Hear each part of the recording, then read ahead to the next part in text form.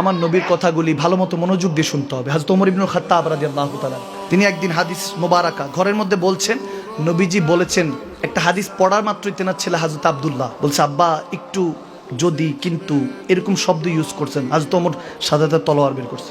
আমার নবীর কথা হচ্ছে আবার যদি কিন্তু কেন কি সুবহানাল্লাহ পড়বেন না, তলোয়ার বের করেছেন। আমার নবীর কথা হচ্ছে আবার কেন কিন্তু, এইসব কিসের প্রশ্ন? নবী বলেছেন ঈমান হলো নবী যা বলেছেন তাই মানতে হবে। আমি ওমরের ছাদের নিচে তুমি কি বারো ঘরের থেকে বের করে দিয়েছে, 2-3 দিন ঘরে ঢুকায় না। হযরত আব্দুল্লাহ ইবনে ওমর হযরত আবু বকর সিদ্দিকের কদমে গেল, হুজুর চাচা যান একটু দেখেন না, আব্বাকে বোঝান, রাগী মানুষ শুনতেছে না, ভুল হয়ে গিয়েছে, বেয়াদবি হয়েছে। হযরত আবু বকর সিদ্দিক গেলেন হযরত ওমরের কাছে, ভাই মাফ করে দেন, এত রাগ ভালো না, মাফ করে। হযরত ওমর বলতেছেন চোখের পানি নিয়ে, আল্লাহ বলে, ভাইজান আপনার ছেলে যদি আমার নবীর শানে বলার পরে কেন কিন্তু কি এগুলো প্রশ্ন করতো, আপনি কি ছেড়ে দিতেন? সিদ্দিক আকবর বলতেছে, মাফি চাইতে আসছে, ইমতিহান দিতে না। সুবহানাল্লাহ বলেন না।